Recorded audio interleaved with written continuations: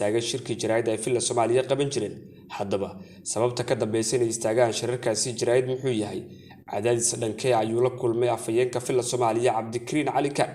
Qodobada kale aad barnaamijkeena ku daawan doontaan hadduu eeba qadarana waxaa ka mid ah gobolka Hiiraan waxaa ka dhacay dagaalo la isku fara saaray. Waxaa jira dhimasho iyo dhaawac soo kala gaareen labada dhinac ee ku dagaalamay. Ciidamada dawladdu waxay sheegteen inay qabsadeen deegaano dhowr ah oo dhacab koonfurta gobolka Hiiraan.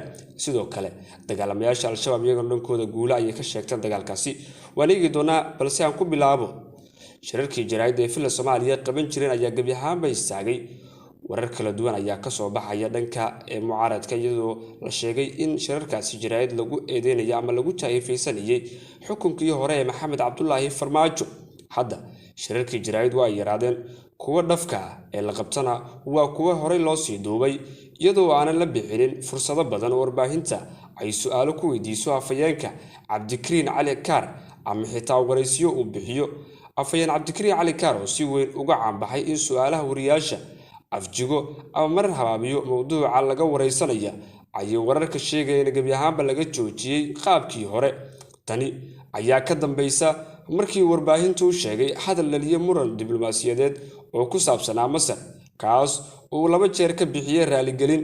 Intaas waxaa dheer in waaxda warfaafinta ee filada uu ka jiro khilaaf iyo isqabqabsi weyn ilaa heer aysan xitaa hadda dabcan afhayeenku iyo agaasimaha warfaafinta madaxtooyada Cabdiqaadir Cali Dige.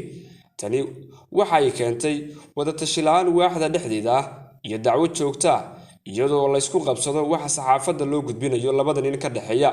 Muranka ma ahan mid filada ku eg, wuxuu u talowsan yahay xafiiska ra'iisul wasaaraha oo uu joogo wariye hore Cabdifarxaan Jimcaale kaas oo laga soo guuleystay tartankii loo galay shaqada filada.